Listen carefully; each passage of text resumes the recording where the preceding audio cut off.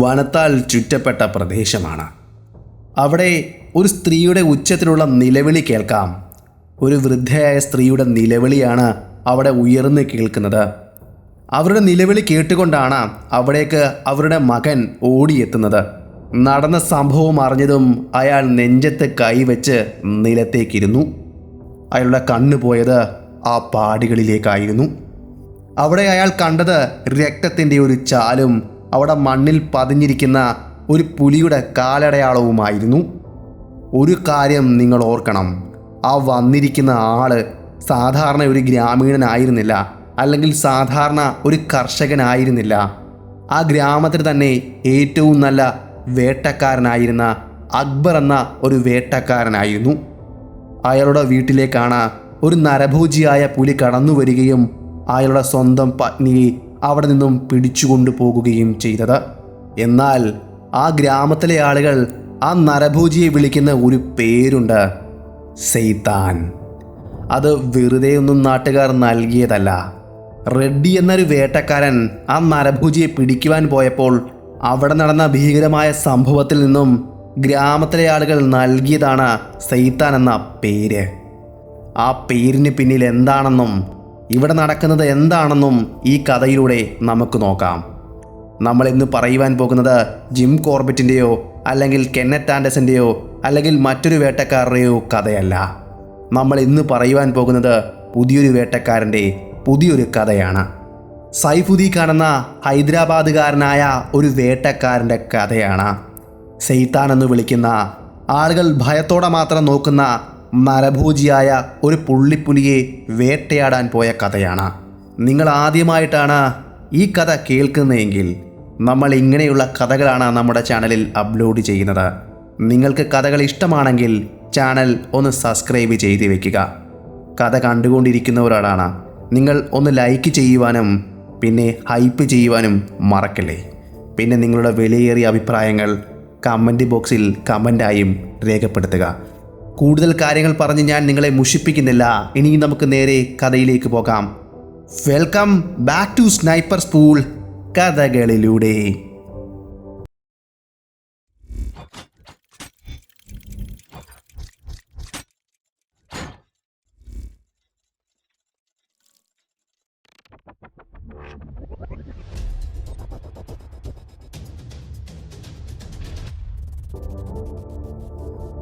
എല്ലാവർക്കും എൻ്റെ നമസ്കാരം. നമ്മളിന്ന് പറയുവാൻ പോകുന്നത് ഒരു വേട്ടക്കഥയാണ്. ഈ കഥ കേൾക്കുമ്പോൾ ഒരുപക്ഷെ നിങ്ങളുടെ രക്തം പോലും മരവിച്ചു പോയേക്കാം. അത്തരം ഒരു കഥയിലേക്കാണ് ഞാൻ നിങ്ങളെ കൂട്ടിക്കൊണ്ടുപോകുന്നത്. കാലത്ത് ജനസംഖ്യ താരതമ്യേന കുറവായിരുന്നു. കാടും വന്യമൃഗങ്ങളുമായിരുന്നു ഏറ്റവും കൂടുതൽ.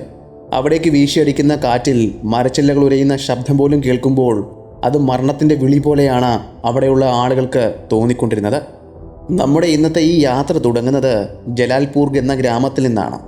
അതായത് അന്നത്തെ ആന്ധ്രാപ്രദേശിലുള്ള ഒരു ഗ്രാമമാണ്.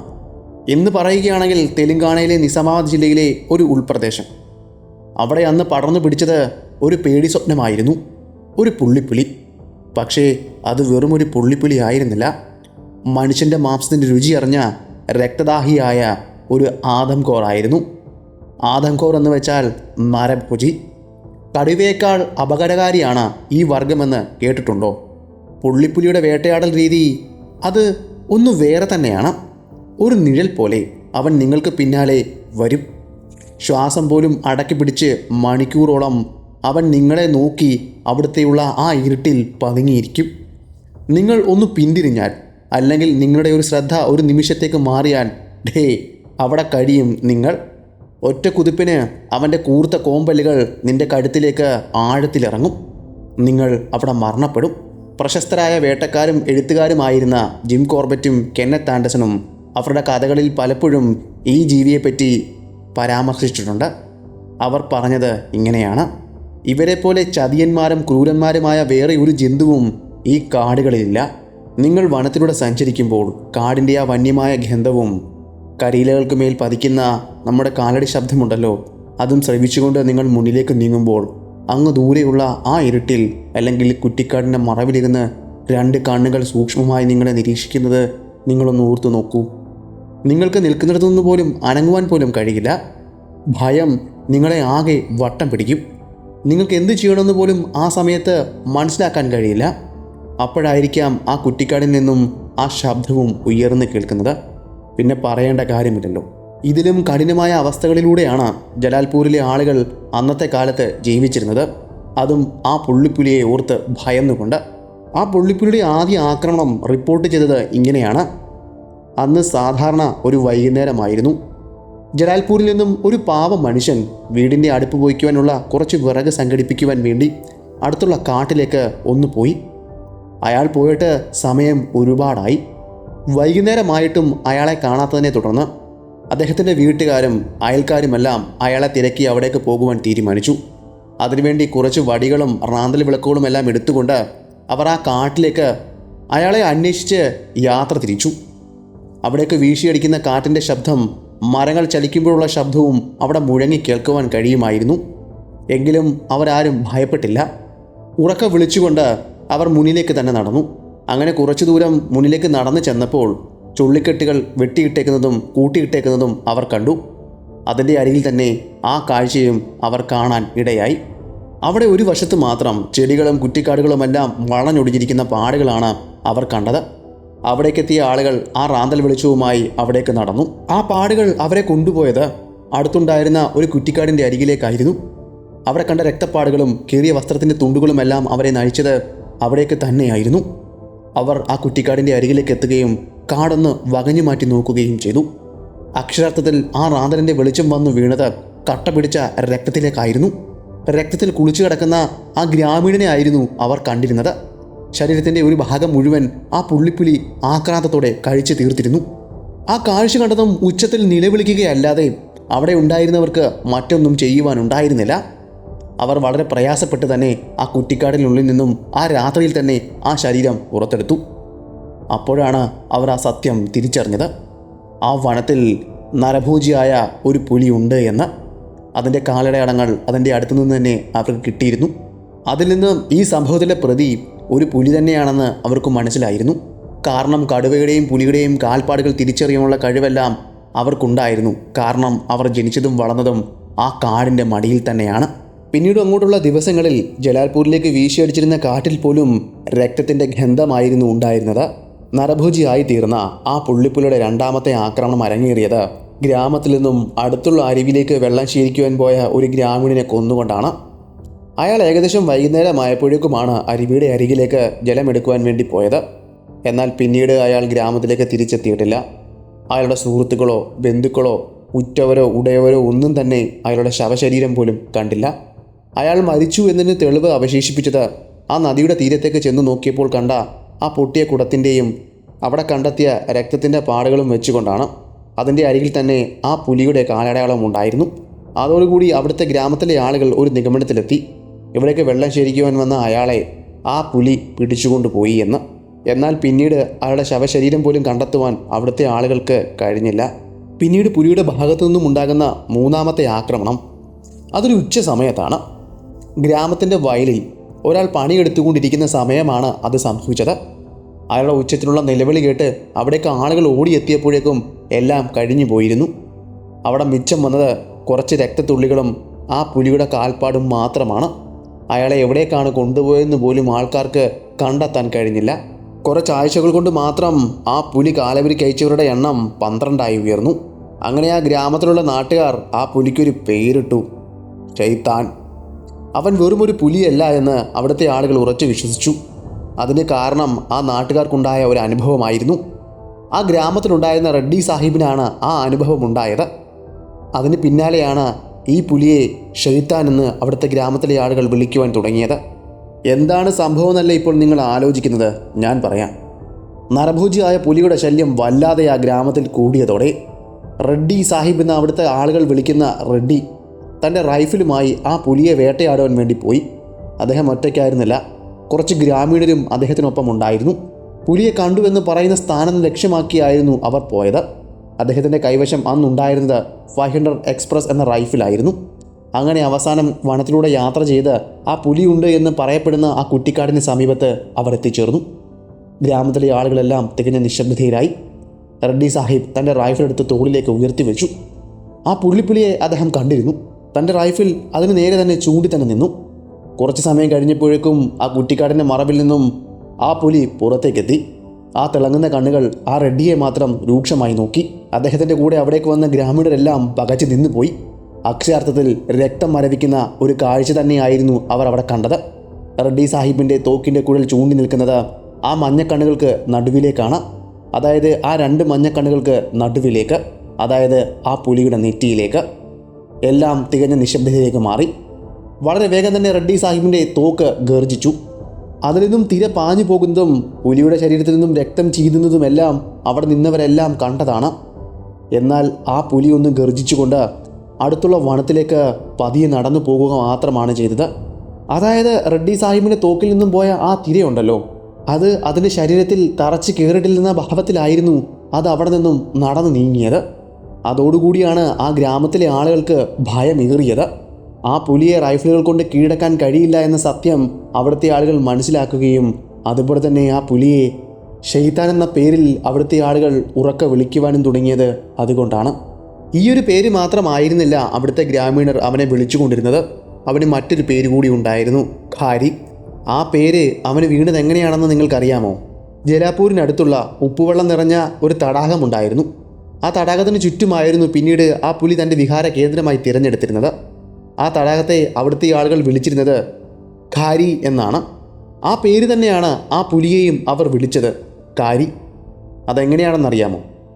അവിടുത്തെ ആളുകൾ വേനൽക്കാലമാകുമ്പോഴേക്കും ആ തടാകത്തിലേക്ക് ഉപ്പ് ശേഖരിക്കുവാൻ വേണ്ടി പോകുമായിരുന്നു. വേനൽ ചൂട് കടുക്കുന്നതോടെ ആ തടാകത്തിലെ വെള്ളമെല്ലാം വറ്റി അവിടെ ഉപ്പ് തെളിയും. ആ ഉപ്പ് വെട്ടിയെടുക്കുവാൻ വേണ്ടിയാണ് ആ ഗ്രാമത്തിൽ നിന്നും ആളുകൾ അവിടേക്ക് പോകുന്നത്. അത് വെറും ഒരു ഉപ്പ് മാത്രമായിരുന്നില്ല, അവിടുത്തെ ഗ്രാമത്തിലെ ആളുകളുടെ ജീവനോപാധി കൂടിയായിരുന്നു. ദൂരെ നിന്ന് നോക്കിയാൽ ശാന്തവും സമാധാനവുമായ ഒരു തടാകം. എന്നാൽ അതിനു ചുറ്റും എപ്പോഴും തികഞ്ഞ നിശബ്ദ വട്ടം ചുറ്റിയിരുന്നു. അതുമാത്രമല്ല, മരണത്തിൻ്റെ നിഴലുകൾ ആ തടാകത്തിന് ചുറ്റും എപ്പോഴും കറങ്ങി നടന്നുകൊണ്ടിരുന്നു. ഗ്രാമത്തിൽ നിന്നും ആ തടാകത്തിലേക്ക് പോകുവാൻ വനത്തിലൂടെയുള്ള വനപാതയിലൂടെ മാത്രമേ കഴിയുകയുണ്ടായിരുന്നുള്ളൂ. അതുകൊണ്ട് തന്നെ ഗ്രാമത്തിലെ ആളുകൾ അവിടേക്ക് പോയിരുന്നതും ആ വനത്തിലൂടെയുള്ള വനപാതയിലൂടെയാണ്. കൂട്ടമായി മാത്രമാണ് ആളുകൾ ആ തടാകത്തിലേക്ക് പോയത്. എങ്കിലും ആ ഷെയ്ത്താൻ്റെ ശല്യവും ചതിയും അവിടെ തുടർക്കഥയായിക്കൊണ്ടേയിരുന്നു. കാരണം നമ്മൾ കഥയുടെ തുടക്കത്തിലേ പറഞ്ഞതല്ലേ, അവൻ എവിടെയെങ്കിലും മണിക്കൂറുകളോളം വേണമെങ്കിലും പതുങ്ങിയിരിക്കുമെന്ന്. അത് തന്നെയാണ് അവിടെയും നടക്കുന്നത്. വനത്തിൽ ആളുകളെ നിരീക്ഷിച്ചുകൊണ്ട് മണിക്കൂറോളം അവൻ അനങ്ങാതെ അവിടെ ഇരിക്കും. ആളുകളുടെ ഓരോ ചലനവും അവൻ നിരീക്ഷിക്കും. ഗ്രാമത്തിൽ നിന്നും ആളുകൾ തടാകത്തിലേക്ക് പോകുന്നതും തടാകത്തിൽ നിന്നും ആളുകൾ ഗ്രാമത്തിലേക്ക് പോകുന്നതുമെല്ലാം അവൻ സസൂക്ഷ്മം നിരീക്ഷിക്കും. ഒരവസരത്തിന് വേണ്ടി പതിയെ ശ്വാസം അടക്കി പിടിച്ച് ആ വനത്തിൽ അങ്ങനെ ഇരിക്കും. ചുറ്റുപാടും തികഞ്ഞ നിശബ്ദതയിൽ ആളുകൾ വനപാതയിലൂടെ സഞ്ചരിക്കുമ്പോൾ ഉണങ്ങിയ ഇലകളിൽ ചവിട്ടിയുണ്ടാകുന്ന ശബ്ദവുമെല്ലാം ആ വനത്തിൽ വ്യക്തമായി കേൾക്കാം. ഇപ്പോൾ നിങ്ങൾക്ക് മനസ്സിലായി കാണുമല്ലോ എത്രമാത്രം നിശബ്ദതയിലാണ് ആ പ്രദേശമെന്ന്. പല പ്രാവശ്യവും സംഭവിക്കുന്നത് ഇതാണ്. ആ ആദങ്കോർ അല്ലെങ്കിൽ ആ നരഭോജിയായ പുലി വനത്തിലുള്ള ഏതെങ്കിലും ഒരു കുറ്റിക്കാടിലോ അല്ലെങ്കിൽ മറ്റെവിടെയെങ്കിലോ ഒളിച്ചിരിക്കും. നരഭോജിയായ പുലി അവിടെ ഉണ്ടെന്ന് പോലും ആർക്കും തിരിച്ചറിയാത്ത രീതിയിൽ അത്രയും ശാന്തവും സമാധാനവുമായി തൻ്റെ ഇരയ്ക്ക് വേണ്ടി അവിടെ കാത്തിരിക്കും. ഒരു ചതിയനെ പോലെ ചതിക്കണികൾ അവിടെ ഒരുക്കി. ആളുകളുടെ ദൃഷ്ടിയൊന്ന് തെറ്റിയാൽ, പിന്നിൽ വരുന്ന ആളുകൾക്ക് ശ്രദ്ധയൊന്ന് മാറിയാൽ, ആ നിമിഷം കൊണ്ട് അവിടെ ഒളിച്ചിരിക്കുന്ന അവൻ അവർക്ക് നേരെ ചാടും ഗർജിച്ചുകൊണ്ട്. ബാക്കിയുള്ളവർ എന്ത് ചെയ്യണമെന്നറിയാതെ നിശബ്ദതയായി രക്തം മരവിച്ച് അവിടെ അങ്ങനെ നിൽക്കും. ആ ഒരു സമയം മതിയായിരിക്കും അവനെ ഇരയുടെ കഴുത്തിലേക്ക് തൻ്റെ കൂർത്ത കോമ്പലുകൾ ഇറക്കുവാൻ. ആ ഒരു സമയത്ത് ഇരയുണ്ടാക്കുന്ന ഒരു ശബ്ദമുണ്ട്, അല്ലെങ്കിൽ ഒരു അലർച്ചയുണ്ട്. പിന്നെ തികഞ്ഞ നിശബ്ദതയിലേക്ക് ആ വനവും ആ പ്രദേശവും പോകും. നിശബ്ദത തീരുന്നതിന് മുന്നേ തന്നെ ആ പുലി ആ ഇരയും പിടിച്ചുകൊണ്ട് വനത്തിൻ്റെ ഉള്ളറകളിലേക്ക് പോയി മറയുകയും ചെയ്യും. ഈ നരഭോജിയായ ഷെയ്ത്താനെ പറ്റിയുള്ള വാർത്തകൾ ഒരു കാട്ടുതീ പോലെയാണ് എങ്ങും പടർന്നത്. ഹൈദരാബാദ് മുഴുവൻ ഈ വാർത്ത പടർന്നിരുന്നു. ഹൈദരാബാദിലെ പല പ്രമുഖ വേട്ടക്കാരും ഈ നരഭോജിയെ പിടിക്കുവാൻ വേണ്ടി അവിടേക്ക് പുറപ്പെടുക കൂടി ചെയ്തിരുന്നു. അങ്ങനെ ഹൈദരാബാദിൽ നിന്നും വന്നെത്തിയ ഒരു വേട്ടക്കാരനായിരുന്നു സൈഫുദ്ദീൻ ഖാൻ. നരഭോജിയായി മാറിത്തീരുന്ന ആ പുള്ളിപ്പുലിയെ എന്തു വില കൊടുത്ത് തീർക്കുവാനും കച്ചകെട്ടിയായിരുന്നു അദ്ദേഹം അവിടേക്ക് എത്തിയത്. ഒരു നിമിഷം പോലും അദ്ദേഹത്തിന് പാഴാക്കാനുണ്ടായിരുന്നില്ല. അദ്ദേഹം നേരെ എത്തിയത് നമ്മൾ മുന്നേ പറഞ്ഞ ആ കാരി തടാകത്തിൻ്റെ അടുത്തേക്കാണ്. ആ കാരി തടാകത്തിന് ചുറ്റുമാണല്ലോ നമ്മൾ പറഞ്ഞതുപോലെ ആ പുള്ളിപ്പുലി തൻ്റെ വിഹാര കേന്ദ്രമാക്കി എടുത്തിരുന്നത്. ഖാൻ സാഹിബ് ആദ്യം എത്തിയത് ആ ഗ്രാമത്തിലേക്കായിരുന്നു. അവിടുത്തെ ആളുകൾ പറഞ്ഞത് പ്രകാരമാണ് കാരി നദിയുടെ തീരത്തേക്ക് അദ്ദേഹം വരികയും അതിൻ്റെ തീരത്തോട് ചേർന്ന് തന്നെ അയാൾ ഒരു ടെൻ്റ് അടിച്ച് അവിടെ താമസവും നടത്തിയത്. ഏകദേശം 3 ദിവസങ്ങളാണ് അദ്ദേഹം ആ പുലിക്ക് വേണ്ടി അവിടെ കാത്തിരുന്നത്. എന്നാൽ നരഭോജിയായി തീർന്ന നമ്മൾ പറഞ്ഞ ആ ശൈത്താനുണ്ടല്ലോ, അവൻ 3 ദിവസത്തേക്ക് അവിടേക്ക് തിരിഞ്ഞു പോലും നോക്കിയില്ല. അതിന് കാരണം എന്താണെന്നറിയില്ല. എങ്കിലും എല്ലാ ദിവസവും ഖാൻ സാഹിബ് തൻ്റെ റൈഫിലും നെഞ്ചോട് ചേർത്ത് പിടിച്ച് ആ പുലിയെ തേടി അവിടെ അങ്ങനെ ഇരുന്നു. രാത്രിയാകുമ്പോഴേക്കും ആ കാടും ആ പ്രദേശവും തികഞ്ഞ നിശബ്ദതയിലേക്ക് മാറും. തികഞ്ഞ നിശബ്ദതയെന്ന് പറഞ്ഞു കഴിഞ്ഞാൽ തികഞ്ഞ നിശബ്ദത. കാടിൻ്റെ ഉള്ളിൽ നിന്നും ഒരു കരിയില അനങ്ങുന്ന ശബ്ദം പോലും വളരെ വ്യക്തമായി കേൾക്കാൻ കഴിയുന്ന അത്രയും നിശബ്ദത. അതുകൊണ്ട് തന്നെ ഖാൻ സാഹിബ് ആ വനത്തിൻ്റെ ഉള്ളിൽ നിന്നും കരിയിലകൾ അനങ്ങുന്ന ശബ്ദം കേൾക്കുവാൻ വേണ്ടി കൊതിച്ചു. തൻ്റെ റൈഫിലും മുറുകെ പിടിച്ചുകൊണ്ട് ഉറങ്ങാതെ ഏകദേശം 3 ദിവസക്കാലം ആ പുലിയെ കാത്ത് അദ്ദേഹം തൻ്റെ ക്യാമ്പിൽ കഴിച്ചുകൂട്ടി. എന്നാൽ ആ പുലിക്ക് ഒരുപക്ഷെ ഖാൻ സാഹിബ് തന്നെ കാത്തിരിക്കുകയാണെന്ന വിവരം അറിയായിരിക്കും, അല്ലെങ്കിൽ മണം കിട്ടിക്കാണും. എന്താണെന്നറിയില്ല. അവൻ 3 ദിവസക്കാലത്തേക്ക് ആ തടാകത്തിൻ്റെ അരികിലേക്ക് ഒന്ന് തിരിഞ്ഞു പോലും നോക്കിയില്ല. 3 ദിവസങ്ങൾക്കപ്പുറം തൻ്റെ പരിശ്രമങ്ങൾ ഉപേക്ഷിച്ച് ഖാൻ സാഹിബ് ഹൈദരാബാദിലേക്ക് തന്നെ മടങ്ങി. അതോടെ അവിടെയുള്ള ആളുകളുടെ മനസ്സിലേക്ക് ഭയം ഇരട്ടിച്ചു. കാരണം എന്തുകൊണ്ടെന്നറിയില്ല, എല്ലായ്പ്പോഴും ഈ തടാകത്തിൻ്റെ അരികിൽ തന്നെ കാണുന്ന ആ പുലി ഇപ്രാവശ്യം 3 ദിവസത്തോളം അവിടേക്ക് തിരിഞ്ഞു പോലും നോക്കിയില്ല. അതോടെ തന്നെ പല കെട്ടുകഥകളും അവിടെ ഉയർന്നു. ഇത് വെറും ഒരു പുലിയല്ല, ദുർമന്ത്രവാദങ്ങൾ കൊണ്ട് രൂപപ്പെട്ട ഒരു പുലിയാണ്. അവന് വെടിയുണ്ടകൾ ഏക്കില്ല. വേട്ടക്കാരൻ വന്നിട്ട് പോലും അയാൾക്ക് കാണുവാൻ പോലും കഴിഞ്ഞില്ല. അയാളുടെ സാന്നിധ്യമെല്ലാം അവന് മനസ്സിലായിരിക്കുന്നു. അതുകൊണ്ട് തന്നെ ദൂരേക്ക് അത് പോയി മറഞ്ഞു നിൽക്കുകയായിരിക്കാം. അങ്ങനെ പല പല കഥകളും അവിടെ പടർന്നു. ഈ ഗ്രാമത്തിൻ്റെ അന്ത്യം കുറിച്ചതിന് ശേഷം മാത്രമേ ആ പുള്ളിപ്പുലി അവിടെ നിന്ന് പോകൂ എന്ന് പോലും പല ആളുകളും പറയുകയുണ്ടായി. അങ്ങനെ ഖാൻ സാഹിബ് ഹൈദരാബാദിലെ തൻ്റെ വസതിയിൽ വിശ്രമിക്കുന്ന സമയം ഒരു ഉച്ചയായി കാണണം. ആരോ ഒരാൾ തൻ്റെ വീടിൻ്റെ വാതിൽ വന്ന് മുട്ടുന്ന ശബ്ദം കേട്ടാണ് അയാൾ എഴുന്നേൽക്കുന്നത്. അയാൾ പതിയെ നടന്ന് തൻ്റെ വാതിൽ തുറന്നു. അക്ഷരാർത്ഥത്തിൽ അയാൾ ഞെട്ടിപ്പോയി. ജലാൽപൂരിലെ ആ പഴയ വേട്ടക്കാരുണ്ടല്ലോ, അക്ബർ, അദ്ദേഹമായിരുന്നു ആ വാതിലിൻ്റെ മുന്നിൽ നിന്നിരുന്നത്. അദ്ദേഹത്തിൻ്റെ വസ്ത്രങ്ങളെല്ലാം കീറിപ്പറഞ്ഞിരിക്കുന്നു. മുഖമാകെ ചെളിയും മണ്ണും പറ്റിയിരിക്കുന്നു. കണ്ണുകളിൽ വല്ലാത്ത ഭ്രാന്തമായ ഒരു നോട്ടമുണ്ടായിരുന്നു. ഖാൻ സാഹിബ് അയാളോട് ചോദിച്ചു കാര്യം എന്താണെന്ന്. ഒരക്ഷരം പോലും മിണ്ടുവാൻ അയാൾക്ക് കഴിയുന്നുണ്ടായിരുന്നില്ല. അയാൾ അതുപോലെ തന്നെ ഖാൻ സാഹിബിൻ്റെ കാലിലേക്ക് വീണു, പൊട്ടിക്കരഞ്ഞു. നിർത്താതെയുള്ള കരച്ചിൽ കേട്ട് കാര്യം എന്താണെന്നറിയാതെ ഖാൻ സാഹിബും അയാളെ തന്നെ നോക്കി നിന്നു. സാഹിബേ, അവൻ എൻ്റെ ഹബീബയെ കൊണ്ടുപോയി. ആ വാക്കുകൾ കേട്ടപ്പോൾ ഖാൻ സാഹിബിൻ്റെ ഉള്ളാളി. അക്ബറിൻ്റെ ഭാര്യ, വെറും 22 വയസ്സുള്ള ഹബീബ. അവർക്ക് 2 വയസ്സ് തികയാത്ത ഒരു കുഞ്ഞു മകളുണ്ട്, നൂറി. അമ്മയില്ലാതെ ഒരു നിമിഷം പോലും അവൾക്കിരിക്കാൻ കഴിയില്ല. ആ കുഞ്ഞ് ഇപ്പോൾ കരയുകയാണ്. അക്ബർ കരഞ്ഞുകൊണ്ട് പറഞ്ഞു, സാഹിബേ, ഞാനൊരു വേട്ടക്കാരനായിട്ട് പോലും എൻ്റെ കൺമുന്നിൽ നിന്നുമാണ് ആ ശൈത്താൻ അവളെ വലിച്ചു കൊണ്ടുപോയത്. എനിക്കൊന്നും ചെയ്യാൻ പറ്റിയില്ല. പുറത്താകെ മഴ പെയ്ത് ചിള്ളിനിറഞ്ഞ് കിടക്കുകയാണ്. ഈ മഴയത്ത് കാടിനുള്ളിലേക്ക് പുലിയെ തിരികെ പോകുക എന്നത് വെറും ആത്മഹത്യപരമാണ്. ഖാൻ സാഹിബ് അക്ബറിനെ ബോധ്യപ്പെടുത്തുവാൻ നോക്കി. അക്ബറെ, കുറച്ചുകൂടി കഴിഞ്ഞ് മഞ്ഞുകാലം വരട്ടെ, അപ്പോൾ നമുക്ക് അവനെ തീർക്കാം എന്ന് അദ്ദേഹം ശാന്തനായി തന്നെ അക്ബറിനോട് പറഞ്ഞു. പക്ഷേ അക്ബർ വിട്ടില്ല. സാഹിബേ, ഇത് കഴിഞ്ഞിട്ട് വെറും 8 മണിക്കൂറേ ആയിട്ടുള്ളൂ. ഇപ്പോൾ അവനെ തിരക്കി വനത്തിലേക്ക് പോയാൽ എൻ്റെ പെണ്ണിൻ്റെ ശവമെങ്കിലും എനിക്ക് കിട്ടും. അതെങ്കിലും കിട്ടിയെങ്കിൽ മാത്രമേ എനിക്കത് അടക്കം ചെയ്യാൻ കഴിയുള്ളൂ. അതെങ്കിലും ഇനി എനിക്ക് അവൾക്ക് വേണ്ടി ചെയ്യണം. ഒരു ഭർത്താവിൻ്റെ നെഞ്ചുപൊട്ടിയുള്ള അപേക്ഷ കേട്ടപ്പോൾ ഖാൻ സാഹിബിന് അത് ഒഴിഞ്ഞു മാറാൻ കഴിഞ്ഞില്ല. ഖാൻ സാഹിബ് തൻ്റെ വീടിനുള്ളിലേക്ക് വളരെ വേഗം പോകുകയും തൻ്റെ റൈഫിൾ എടുത്തുകൊണ്ട് ഉടനെ തിരിച്ചു വരികയും ചെയ്തു. പെട്ടെന്ന് തന്നെ അവർ ഇരുവരും ഖാൻ സാഹിബിൻ്റെ ജീപ്പിൽ കയറി ജലാൽപൂരിലേക്ക് പോയി. ആ കാടിൻ്റെ ഉള്ളിലേക്ക് ആ പുലിയെ തിരയുവാൻ വേണ്ടി പോയി. കാടിൻ്റെ ഉള്ളിലേക്ക് കയറും തോറും അവിടുത്തെ ആ നിശബ്ദത അങ്ങനെ കൂടി വന്നു. മരങ്ങൾക്കിടയിലൂടെ ആ വീശുന്ന കാറ്റുണ്ടല്ലോ, ആ കാറ്റിന് പോലും ഒരുതരം മരണത്തിൻ്റെ മണമായിരുന്നു ഉണ്ടായിരുന്നത്. ഹബീബയെ ആ ശൈത്താൻ കൊണ്ടുപോയ ആ സ്ഥലത്തേക്ക് അക്ബർ ഖാൻ സാഹിബിനെ കൊണ്ടുപോയി. അവിടെ ആകെ ഒരു മരവിപ്പായിരുന്നു. ആക്രമണം നേരിട്ട് കണ്ട ഒരു പാവം തള്ള അവിടെ ഉണ്ടായിരുന്നു. ഞാൻ അവരുടെ അരികിലേക്ക് ചെന്നു. നടന്നത് എന്താണെന്ന് അവരോട് ചോദിച്ചു. അവരെൻ്റെ മുഖത്തേക്ക് നോക്കി. അവരുടെ കണ്ണുകളിൽ കട്ട പിടിച്ച ആ ഭയം ഇപ്പോഴും നിഴലിച്ചു കിടക്കുന്നുണ്ടായിരുന്നു. എങ്കിലും അവരെന്നോടത് പറഞ്ഞു. സാഹിബേ, ഞാൻ നേരിട്ട് കണ്ടതാണ് ആ കാഴ്ച. അവിടെ എവിടെയോ മറഞ്ഞിരുന്ന ആ ശൈത്താൻ ഒരു മിന്നൽ പോലെയാണ് അവിടേക്ക് എത്തിയത്. അവളുടെ അരക്കെട്ടിൽ കടിച്ചു പിടിച്ചുകൊണ്ട് ഒറ്റ വലിക്ക് വനത്തിനുള്ളിലേക്ക് കൊണ്ടുപോകുകയായിരുന്നു. ഖാൻ സാഹിബ് പിന്നെ അല്പസമയം പോലും അവിടെ ചിലവഴിച്ചില്ല. ഇരയെ കൊണ്ടുപോയി എന്ന് പറയപ്പെടുന്ന സ്ഥലം ലക്ഷ്യമാക്കി അവർ ഇരുവരും നടന്നു. വനത്തിലേക്ക് കയറുമ്പോൾ മുതൽ ഓരോ ചുവടും അവർ സൂക്ഷിച്ചാണ് മുന്നിലേക്ക് വെച്ചത്. കുറച്ചു ദൂരം കൂടി മുന്നിലേക്ക് ചെന്നപ്പോൾ നിലത്ത് കിടന്ന ആ രക്തപ്പാടുകൾ അവർ ശ്രദ്ധിച്ചു. ഖാൻ സാഹിബ് പതിയെ കുനിയുകയും അതൊന്ന് പരിശോധിക്കുകയും ചെയ്തു. രക്തത്തിൻ്റെ ആ ചുവന്ന നിറം മാറി തുടങ്ങിയിരിക്കുന്നു. അതിപ്പോൾ കറുപ്പ് നിറത്തിലേക്ക് ആയിക്കൊണ്ടിരിക്കുകയാണ്. കുറച്ചുകൂടി മുന്നിലേക്ക് നടന്നു ചെന്നപ്പോൾ കീറിപ്പറഞ്ഞ കുറച്ച് വസ്ത്രത്തിൻ്റെ തുണ്ടുകൾ കണ്ടു. അത് ഹബീബ ഉടുത്തിരുന്ന സാരിയുടെ കീറിപ്പറഞ്ഞ തുണ്ടുകളാണ്. അക്ബർ പതിയെ അത് ഓരോന്നായി പെറുകിയെടുത്തു. തൻ്റെ മാറോട് ചേർത്ത് വെച്ചു.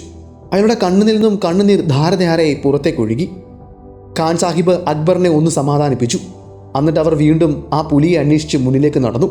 കുറച്ചു ദൂരം കൂടി മുന്നിലേക്ക് ചെന്നപ്പോൾ അവരൊരു പാറക്കെട്ട് കണ്ടു. ആ പാറക്കെട്ടിൻ്റെ അരികിലേക്ക് അവർ നടന്നു. ആ പാറക്കെട്ടിൻ്റെ ഒരു വശം മുഴുവൻ രക്തത്താൽ കുളിച്ച അവസ്ഥയിലായിരുന്നു.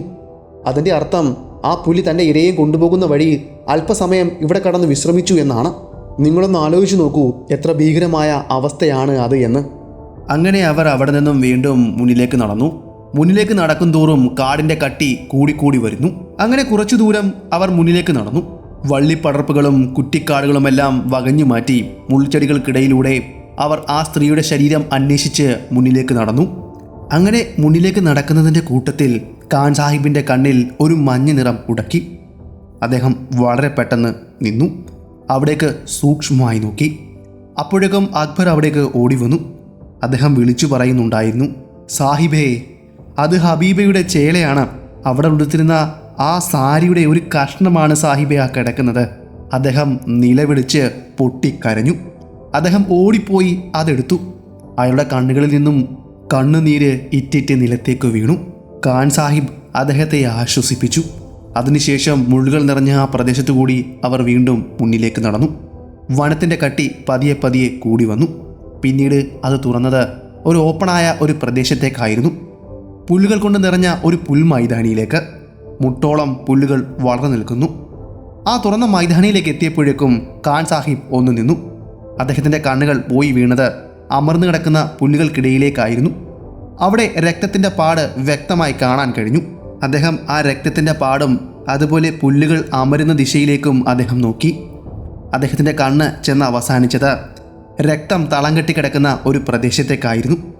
അവിടെ പുല്ലുകൾ നല്ല പോലെ അമർന്നു കിടക്കുന്നു. അതിൻ്റെ കൂടെ തന്നെ മരഭൂജിയായ ആ പുലി പാതി ആഹരിച്ച് അവിടെ ഉപേക്ഷിച്ചു പോയ ഹബീബയുടെ ഒരു കാലിൻ്റെ അവശേഷിപ്പുകളും അവിടെ കണ്ടു. അക്ബർ അത് കണ്ടതും അദ്ദേഹത്തിൻ്റെ ശബ്ദം പുറത്തേക്ക് വന്നില്ല. അയാൾക്ക് ഉച്ചത്തിലൊന്നും കരയുവാൻ പോലും കഴിഞ്ഞില്ല. അയാൾ ആകെ തകർന്ന് അവിടെ മുട്ടുകുത്തിയിരുന്നു. അദ്ദേഹത്തിൻ്റെ കണ്ണിലെ നിസ്സഹായ അവസ്ഥ ഖാൻ സാഹിബ് വളരെ വ്യക്തമായി തന്നെ കണ്ടു. കാടിൻ്റെ തികഞ്ഞ നിശബ്ദതയിൽ ശബ്ദമില്ലെങ്കിലും അദ്ദേഹത്തിൻ്റെ ആ കരച്ചിലിന് വലിയ ശബ്ദമുള്ളതായി ഖാൻ സാഹിബിന് തോന്നി. അദ്ദേഹത്തിൻ്റെ കണ്ണിൽ നിന്നും ഇറ്റു വീണത് കണ്ണുനീരല്ല എന്നും അദ്ദേഹത്തിൻ്റെ ശരീരത്തിലെ രക്തമാണെന്നും ഖാൻ സാഹിബ് തിരിച്ചറിഞ്ഞു. അക്ബർ തളർന്ന് ആ മൈതാനിയിലേക്ക് നടക്കാൻ തുടങ്ങിയപ്പോൾ ഖാൻ സാഹിബ് അദ്ദേഹത്തെ തടഞ്ഞു. തൻ്റെ കൈവശമുണ്ടായിരുന്ന ബൈനക്കുലർ എടുക്കുകയും മുക്കും മൂലയും, അതായത് ആ കാടിൻ്റെയും ആ മൈതാനിയുടെയും മുക്കും മൂലവും തൻ്റെ ബൈനക്കുലറിലൂടെ സൂക്ഷ്മമായി നിരീക്ഷിച്ചു. എവിടെയെങ്കിലും ആ നരഭോജി പതുങ്ങിയിരിക്കുന്നുണ്ടോ എന്നതായിരുന്നു അദ്ദേഹം നോക്കിയത്. അങ്ങനെ നോക്കിക്കൊണ്ട് നിൽക്കുന്നതിൻ്റെ കൂട്ടത്തിൽ ഒരു സ്ഥലത്തെത്തിയപ്പോഴേക്കും അദ്ദേഹം സ്റ്റക്കായതുപോലെ അവിടെ നിന്നു. അദ്ദേഹത്തിൻ്റെ ചുണ്ടുകൾ വിറയ്ക്കുന്നുണ്ടായിരുന്നു. അദ്ദേഹത്തിൻ്റെ കൈകൾ വിറയ്ക്കുന്നുണ്ടായിരുന്നു. കൃത്യമായി എന്തോ ഖാൻ സാഹിബ് കണ്ടിരിക്കുന്നുവെന്ന് അക്ബറിന് മനസ്സിലായി. മരഭോജിയായ ആ പുലിയെയാണോ അദ്ദേഹം കണ്ടതെന്ന് അക്ബർ സംശയിച്ചു. എന്നാൽ സാഹിബ് കണ്ടത് ആ പുലിയെ ആയിരുന്നില്ല. ജീവനറ്റ് കിടക്കുന്ന ഹബീബയുടെ ശരീരമായിരുന്നു ഖാൻ സാഹിബ് കണ്ടത്. ഖാൻ സാഹിബ് നോക്കുന്ന ദിശയിലേക്ക് അക്ബറും നോക്കി. അക്ബറും ആ കാഴ്ച കണ്ടു. അങ്ങ് അകലെ മുൾക്കാടുകൾക്ക് സമീപത്ത് തൻ്റെ പ്രാണസഹിയുടെ ജീവനറ്റ ശരീരം കിടക്കുന്നത്. അപ്പോൾ അദ്ദേഹത്തിൻ്റെ മനസ്സിലേക്ക് ഓടിയെത്തിയ ചിത്രങ്ങൾ എന്താണെന്ന് നിങ്ങൾക്ക് ഊഹിക്കാവുന്നതേയുള്ളല്ലോ. കുറച്ച് മണിക്കൂറുകൾക്ക് മുന്നേ അയാളുമായി ചിരിച്ചു കളിച്ചുകൊണ്ട് സംസാരിച്ച ആ ദൃശ്യങ്ങളായിരിക്കാം ഒരു മിന്നൽ പോലെ അദ്ദേഹത്തിൻ്റെ ഉള്ളിലേക്ക് അപ്പോൾ കടന്നു വന്നിരിക്കുക. അയാൾ കരഞ്ഞുകൊണ്ട് ആ ശരീരം കിടന്നിരുന്ന ഭാഗത്തേക്ക് ഓടി. ഖാൻ സാഹിബും അദ്ദേഹത്തിൻ്റെ പുറകിലോടി. കാരണം അപകടം എവിടെ പതുങ്ങിയിരിക്കുന്നുണ്ട് എന്ന് പറയാൻ കഴിയില്ലല്ലോ. അതിൻ്റെ അരികിലേക്ക് ഓടിയെത്തുന്നതിന് മുന്നേ തന്നെ ഖാൻ സാഹിബ് അദ്ദേഹത്തെ തടഞ്ഞു. ഒരു നിമിഷം അവിടെ നിൽക്കുവാൻ ആവശ്യപ്പെട്ടു. ധൈര്യം പൂർണ്ണമായും നഷ്ടപ്പെട്ട അയാൾ നല്ല പോലെ തളർന്നു കഴിഞ്ഞിരുന്നു. അക്ബറിന് എന്താണ് ചെയ്യുന്നതെന്ന് പോലും അദ്ദേഹത്തിനൊരു ബോധമുണ്ടായിരുന്നില്ല. അയാൾ അവിടെ മുട്ടുകുത്തി ആ പുൽമൈതാനിയിലിരുന്നു. സാഹിബ്, എനിക്ക് അവളുടെ അരികിലേക്ക് പോകണം. എന്നെ എങ്ങനെയെങ്കിലും അവിടേക്ക് കൊണ്ടുപോകൂ. അയാൾ യാചിച്ചു. അയാളുടെ യാചനയ്ക്കൊടുവിൽ ഖാൻ സാഹിബ് അയാളോട് പറഞ്ഞു, നിങ്ങൾ അത് കണ്ടോ? കഴുകന്മാർ വട്ടമിട്ട് പറക്കുന്നത്. അങ്ങ് ദൂരെയുള്ള മരക്കൊമ്പിലേക്ക് നോക്കൂ. അവിടെ അവ വന്ന് പറന്നിരിക്കുകയാണ്. അവയ്ക്ക് കൃത്യമായും വ്യക്തമായും അറിയാം താഴെ ശവം കിടപ്പുണ്ടെന്ന്.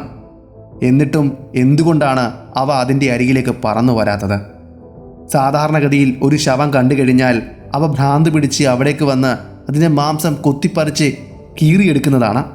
എന്നാൽ ഇത്തവണ നോക്കൂ, അവ എന്തിനെയോ കണ്ട് ഭയന്നുകൊണ്ട് മരക്കൊമ്പിൽ തന്നെ ഇരിക്കുകയാണ്. അതിൻ്റെ അർത്ഥം ഒന്നു തന്നെയാണ്, ആ നരഭോജി ഇവിടെ എവിടെയോ പതുങ്ങിയിരിക്കുന്നുണ്ട്. പിന്നെ ഒട്ടും വൈകിയില്ല. തൻ്റെ കൈവശമുണ്ടായിരുന്ന റൈഫിൾ എടുക്കുകയും തൻ്റെ തോളിലേക്ക് ഉയർത്തിവെച്ച് കാഞ്ചിയിന്മേൽ വിരൽ വെച്ചുകൊണ്ട് അദ്ദേഹം ചുറ്റുപാടും നോക്കി. അടുത്തെവിടെയുള്ള കുറ്റിക്കാടിൻ്റെ മറവിലോ അല്ലെങ്കിൽ കാടിൻ്റെ ഉള്ളിലോ അല്ലെങ്കിൽ ഈ പുൽമൈതാനിയിൽ തന്നെയോ ആ നരഭോജി പതുങ്ങിയിരിക്കുകയാണ്. താൻ പിടിച്ചിട്ട ഇരയെ വിട്ടുകൊടുക്കുവാൻ അവൻ തയ്യാറല്ല.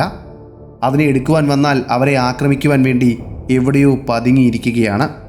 ഒരു പക്ഷേ നമ്മൾ ഇവിടേക്ക് വരുന്നത് അവൻ അറിഞ്ഞിരിക്കാം. അതുകൊണ്ട് ഇരയെ അവിടെ ഉപേക്ഷിച്ച് എവിടെയെങ്കിലും പതുങ്ങിയിരിക്കുകയായിരിക്കാം. എവിടെ നിന്ന് വേണമെങ്കിലും അവൻ്റെ ഒരു ആക്രമണം പ്രതീക്ഷിക്കാം. ചുറ്റുപാടും ഖാൻ സാഹിബ് തൻ്റെ റൈഫിലിൻ്റെ തുമ്പിലൂടെ നോക്കി. എവിടെയെങ്കിലും ആ മഞ്ഞ കണ്ണുകൾ കാണുന്നുണ്ടോ എന്നതായിരുന്നു അദ്ദേഹം നോക്കിയത്. എന്നാൽ മഞ്ഞകുടലിൽ കറുത്ത കുത്തുകളുള്ള മരണത്തിൻ്റെ പ്രതിരൂപമായി മാറിക്കഴിഞ്ഞിരുന്ന ആ നരഭോജിയെ അല്ലെങ്കിൽ ഷെയ്ത്താനെന്ന് വിളിക്കുന്ന ആ ജീവിയെ അയാൾക്ക് കണ്ടെത്താൻ കഴിഞ്ഞില്ല. ഓരോ നിമിഷം കഴിയുന്തോറും കാടിൻ്റെ നിശബ്ദത കൂടിക്കൂടി വന്നു. അങ്ങനെ അദ്ദേഹത്തിൻ്റെ ഹൃദയമിടിപ്പ് പോലും അയാൾക്ക് വ്യക്തമായിപ്പോൾ കേൾക്കുവാൻ കഴിയുന്നുണ്ട്. അക്ബറും ഖാനും ചുറ്റുപാടും നോക്കി. അവർക്ക് ആ പുള്ളിപ്പുലി എവിടെയാണ് മറഞ്ഞിരിക്കുന്നതെന്ന് കണ്ടെത്താൻ കഴിഞ്ഞില്ല. അങ്ങനെ അവരുടെ കണ്ണുകൾ വന്നുടക്കിയത് ഒരു വലിയ മരത്തിലേക്കായിരുന്നു. ആ വലിയ മരത്തിൻ്റെ മറവിലേക്ക് മാറിയിരിക്കാമെന്ന് അവർ ചിന്തിച്ചു. കാരണം ഇപ്പോഴും ആ മരത്തിൻ്റെ മുകളിൽ കഴുകന്മാർ ഇരിപ്പുണ്ട്. അവർ വല്ലാതെ ശബ്ദമുണ്ടാക്കുന്നുണ്ടെങ്കിലും ഒരെണ്ണം പോലും താഴേക്ക് വരുന്നുണ്ടായിരുന്നില്ല. അതിൽ നിന്ന് തന്നെ കാര്യം അവർ ഉറപ്പിച്ചു. തങ്ങൾ തേടുന്ന നരഭോജിയായ ആ പുലിയുണ്ടല്ലോ, അത് അവിടെ എവിടെയോ മറഞ്ഞിരിക്കുകയാണ് എന്ന്. അങ്ങനെ അവർ ഇരുവരും ആ വലിയ മരത്തിൻ്റെ മറവിലേക്ക് പോയി നിന്നു. മരങ്ങൾക്ക് മുകളിലും കുറ്റിക്കാടുകൾക്കിടയിലും എവിടെ വേണമെങ്കിലും ആ പുള്ളിപ്പുലി മറഞ്ഞിരിക്കാം. ഏതു നിമിഷവും ഒരാക്രമണം അവർക്ക് നേരെ ഉണ്ടായേക്കാം. ട്രിഗറിന്മേൽ തന്നെ വിരൽ വെച്ചുകൊണ്ട് ഖാൻ സാഹിബ് ചുറ്റുപാടും തൻ്റെ കണ്ണുകൾ ഓടിച്ചു. ഇനിയും ഓരോ നിമിഷവും വിലപ്പെട്ടതാണ്. ഒരു ചെറിയ തെറ്റുമതി തങ്ങളുടെ ജീവൻ പൊലിഞ്ഞു പോകുവാൻ. ഉറപ്പായും ആ നരഭോജിയായി തീർന്ന പുലി തങ്ങളെ കണ്ടിട്ടുണ്ട്. അങ്ങനെയാണെങ്കിൽ എവിടെയോ ഇരുന്ന് തങ്ങളുടെ ഓരോ നീക്കവും സൂക്ഷ്മമായി തന്നെ ആ പുലി വീക്ഷിക്കുകയാണ്. ഗ്രാമത്തിലെ ആളുകൾ വെറുതെയൊന്നുമല്ല ഇവനെ ചെകുത്താനെന്ന് വിളിക്കുന്നത്. ശരിക്കും ഇവനൊരു ചെകുത്താൻ തന്നെയായിരുന്നു. മരത്തിന് മറവിലിരുന്ന് അവർ ചുറ്റുപാടും നോക്കിയ സമയം തന്നെ ക്ഷമ നശിച്ചുകൊണ്ടായിരിക്കാം മുള്ളുകൾ നിറഞ്ഞ ഒരു കുറ്റിക്കാടിൻ്റെ മറവിൽ നിന്നും നമ്മൾ തേടുന്ന ആ നരഭോജിയായ പുലിയുണ്ടല്ലോ, അത് ഇറങ്ങി വന്നത്. ഇപ്പോൾ അവൻ്റെ മുഴുവൻ ശരീരവും അവിടെ വെളിപ്പെട്ട് കഴിഞ്ഞിരിക്കുന്നു. ഇരുട്ടിൽ നിന്നും പ്രകാശത്തിലേക്ക് ആ നരഭോജി വന്നിരിക്കുന്നു. ആ വരവ് ഒന്ന് കാണേണ്ടത് തന്നെയായിരുന്നു. സാധാരണഗതിയിൽ വന്യമൃഗങ്ങൾ മനുഷ്യനെ കണ്ടു കഴിഞ്ഞാൽ എവിടെയെങ്കിലും ഓടിപ്പോകുകയോ മറയുകയോ ചെയ്യും. എന്നാൽ ഇവൻ അങ്ങനെ ആയിരുന്നില്ല. ഒരു കാട് ഭരിക്കുന്ന രാജാവിനെ പോലെ തൻ്റെ സാമ്രാജ്യത്തിലൂടെ വിരാജിതനായി നടന്നു വരുന്നത് പോലെയായിരുന്നു ആ പുലി തങ്ങൾക്ക് നേരെ നടന്നു വന്നത്. തൻ്റെ സൂക്ഷ്മമായ കണ്ണുകളിൽ കോപം കത്തിജ്വലിക്കുന്നുണ്ടായിരുന്നു. ആരാണ് തൻ്റെ സാമ്രാജ്യത്തിലേക്ക് കടന്നു വന്നത്? താൻ പിടിച്ചുകൊണ്ടിട്ട ഇരയെ ആരാണ് കൊണ്ടുപോകുവാൻ വന്നത് എന്ന മട്ടിലായിരുന്നു ആ പുലി അവർക്ക് നേരെ നടന്നു വന്നുകൊണ്ടിരുന്നത്. അതായത് അവർ പതുങ്ങിയിരുന്ന ആ മരത്തെ ലക്ഷ്യമാക്കിയായിരുന്നു ആ പുള്ളിപ്പുലി നടന്നു വന്നത്. അവരെ തീർക്കാൻ തന്നെ ഉറപ്പിച്ച് അവർ ഇരുവരെയും തൻ്റെ കൂടെ ഇരയാക്കി മാറ്റുവാൻ ഉറപ്പിച്ച് തന്നെ ആയിരിക്കാം ആ പുള്ളിപ്പുലി നടന്നു വന്നത്. ഭയപ്പെടാത്ത, പതറാത്ത ആ പുലിയുടെ ഓരോ കാൽവെപ്പിലും അതിൻ്റെ ധാർഷ്ട്യം വ്യക്തമായി കാണാമായിരുന്നു. ഇനിയും മരത്തിൻ്റെ പിന്നിൽ മറഞ്ഞിരുന്നിട്ട് യാതൊരു കാര്യമില്ല എന്ന് ഖാൻ സാഹിബ് മനസ്സിലായി. പുള്ളിപ്പുലി ആയതുകൊണ്ട് തന്നെ മരത്തിലേക്ക് വലിഞ്ഞു കയറി രക്ഷപ്പെടാനും കഴിയില്ല. ഇനിയും മുന്നിലുള്ള മാർഗം ഒന്നു തന്നെയാണ്. ധൈര്യം സംഭരിച്ചുകൊണ്ട് ആ പുലിയെ നേരിടുക. ഖാൻ സാഹിബ് പിന്നെ ഒട്ടും വൈകിയില്ല. മരത്തിൻ്റെ പിന്നിൽ നിന്നും പുറത്തേക്ക് വന്നു. പുലി അല്പസമയം അവിടെ നിന്നു. അവരെ ഇരുവരെയും മാറി മാറി നോക്കി. അവർക്ക് മുന്നിൽ മരണം നൃത്തം വയ്ക്കുകയാണോ എന്ന് പോലും തോന്നിപ്പോയി. കുറച്ച് അടികൾക്കപ്പുറം മരണം തങ്ങളെ നോക്കുകയാണ്. ഖാൻ സാഹിബ് തൻ്റെ റൈഫിൽ ഇപ്പോൾ ചൂണ്ടി നിൽക്കുന്നത് ആ പുലിയുടെ തോളിന് താഴെ ഹൃദയത്തിലേക്ക് നേരെയാണ്. ഓരോ നിമിഷവും വിലപ്പെട്ടതാണ്. ആ പുലി ഒന്ന് അനങ്ങുന്നതിന് മുന്നേ, അതായത് ഒരു ചുവട് കൂടി മുന്നിലേക്ക് വെക്കുന്നതിന് മുന്നേ തന്നെ ഖാൻ സാഹിബിൻ്റെ റൈഫിൽ ഗർജിച്ചു. കൃത്യമായി തിര ആ ഷെയ്ത്താൻ്റെ ഹൃദയത്തിലേക്ക് തുളച്ചു കയറി. വനം അക്ഷരാർത്ഥത്തിൽ ആ ഗർജനത്തിൽ നടുങ്ങി നിന്നുപോയി. പുലിയുടെ ഗർജനമായിരുന്നില്ല, ആ തോക്കിൻ്റെ വെടിയുടെ ഒച്ചയായിരുന്നു ആ വനത്തെ പ്രകമ്പനം കൊള്ളിച്ചത്. പ്രകമ്പനം അവസാനിച്ചതും ആ പുലി ഒന്നും മുരളുക പോലും ചെയ്യാതെ വലത്തേക്ക് മറഞ്ഞു വീണു. ഒന്ന് പിടയുക പോലും ആ ജീവി ചെയ്തില്ല. അതിന് ജീവൻ പൊലിഞ്ഞു പോയിരിക്കുന്നു. ഖാൻ സാഹിബ് ഒരു ദീർഘനിശ്വാസം വിട്ടു. കുറച്ച് സമയങ്ങൾക്ക് മുന്നേ വരെ തൻ്റെ ശ്വാസോച്ഛ്വാസം പോലും വിടുവാൻ അദ്ദേഹം ഭയന്നിരുന്നു. അതിൻ്റെ കാരണക്കാരൻ ഇപ്പോൾ തങ്ങൾക്ക് മുന്നിൽ ചത്തുകിടക്കുന്നു. അതെ, ജലാൽപൂരിലെ നരഭോജി തങ്ങൾക്ക് മുന്നിൽ ചത്തുകിടക്കുന്നു. ഖാനും അക്ബറും ആ പുലിയുടെ അരികിലേക്ക് പോയി. താൻ കൊന്നതിൽ വെച്ച് അത്യാവശ്യം വലിപ്പമുള്ള പുലികളിൽ ഒന്ന് തന്നെയായിരുന്നു ഇത്. അവർ അളന്നു നോക്കിയപ്പോൾ ഏകദേശം 9 അടി 4 ഇഞ്ച് നീളമുണ്ടായിരുന്നു ആ പുലിക്ക്. ഇതൊന്നുമായിരുന്നില്ല അദ്ദേഹത്തെ ഞെട്ടിച്ചത്. സാധാരണഗതിയിൽ ഒരു മൃഗം നരഭോജിയായി തീരുന്നത് എങ്ങനെയാണെന്ന് നിങ്ങൾക്കറിയാമല്ലോ. ഇതിനു മുന്നേ നമ്മുടെ കഥ കേട്ടവർക്കും അറിയാം. ഒന്നുകിൽ പ്രായമായി, അല്ലെങ്കിൽ സാധാരണഗതിയിൽ അവർക്ക് നായാടാൻ പറ്റാത്ത അവസ്ഥ വരുമ്പോൾ, അതായത് എന്തെങ്കിലും വല്ല മുറിവോ കാര്യങ്ങളോ ഒക്കെ ഉണ്ടാകുമ്പോഴാണ് അവ നരഭോജിയായി തീരുന്നത്. എന്നാൽ ഈ പുലിയെ പരിശോധിച്ച് അവർക്ക് ഇതിന് പ്രായാധിക്യമോ അല്ലെങ്കിൽ വേട്ടയെ തുരങ്കം വയ്ക്കുന്ന രീതിയിൽ എന്തെങ്കിലും മുറിവുകളോ ഒന്നും കണ്ടെത്താൻ കഴിഞ്ഞില്ല. നല്ല തണ്ടും തടിയുമുള്ള യൗവനം തുളുമ്പു നിൽക്കുന്ന ഒരു പുലി തന്നെയായിരുന്നു അത്. പിന്നെ എങ്ങനെയാണ് അതൊരു നരഭോജിയായി തീർന്നതെന്ന് എന്നും നിഗൂഢമായി നിൽക്കുകയാണ്. അക്ബർ പിന്നെ ഒട്ടും താമസിച്ചില്ല. നരഭോജിയുടെ രക്തം മണ്ണിലേക്ക് വീണു തുടങ്ങിയപ്പോൾ തന്നെ അദ്ദേഹം തൻ്റെ പത്നിയുടെ അരികിലേക്ക് ഓടി. ആ ശരീരം കണ്ടു നിൽക്കുവാൻ പോലും ആർക്കും കഴിയാത്ത രീതിയിൽ ആ ചെകുത്താൻ അത് പിച്ചി കീറിയിരുന്നു. കാലുകൾ നഷ്ടപ്പെട്ടിരുന്നു.